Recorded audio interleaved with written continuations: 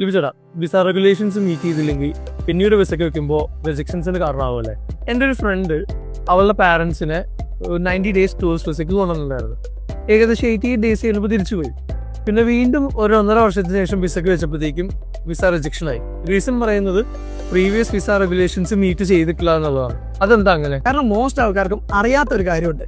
നമുക്ക് visa പാസ്പോർട്ടിൽ stamp ചെയ്ത് കഴിയുന്നത് നമുക്ക് ആക്ച്വലി പറഞ്ഞാൽ ഇപ്പോൾ ജനുവരി 1 തൊട്ട് മാർച്ച് 31 വരെയായിരിക്കും നമ്മുടെ ഡ്യൂറേഷൻ മെൻഷൻ ചെയ്തിരിക്കുന്നത്. പക്ഷെ അതിൻ്റെ കൂടെ തന്നെ നമുക്ക് ലീഗലായിട്ട് സ്റ്റേ ചെയ്യാനുള്ള ഡേയ്സും കൂടെ ആ സ്റ്റാമ്പ് ചെയ്ത് മെൻഷൻ ചെയ്തിട്ടുണ്ടാവും. അത് മോസ്റ്റ് ആൾക്കാരും നോക്കാറില്ല.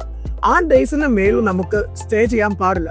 തീർച്ചയായിട്ടും ഇവരെ എയർപോർട്ടിൽ ക്വസ്റ്റ്യൻ ചെയ്തിട്ടുണ്ടാവും, നിങ്ങൾ എന്തുകൊണ്ടാണ് മോർ ഡേയ്സ് സ്റ്റേ ചെയ്തെന്നുള്ളത്. കറക്റ്റ് അല്ലേ?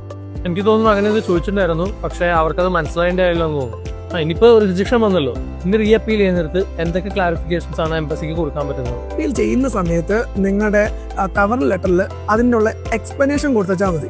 ഡീറ്റെയിൽ ആയിട്ട് അവരെ കൺവിൻസിങ് ചെയ്യുന്ന രീതിയിൽ നിങ്ങൾ എക്സ്പ്ലനേഷൻ കൊടുത്തു കഴിഞ്ഞാൽ നിങ്ങളുടെ വിസ റീ ഇഷ്യൂ ചെയ്യാൻ ചാൻസസ് ഉണ്ട്. അപ്പോൾ മോർ വീഡിയോസിനായിട്ട് ചേട്ടൻ്റെ ചാനൽ ഫോളോ ചെയ്യുമല്ലോ അല്ലേ?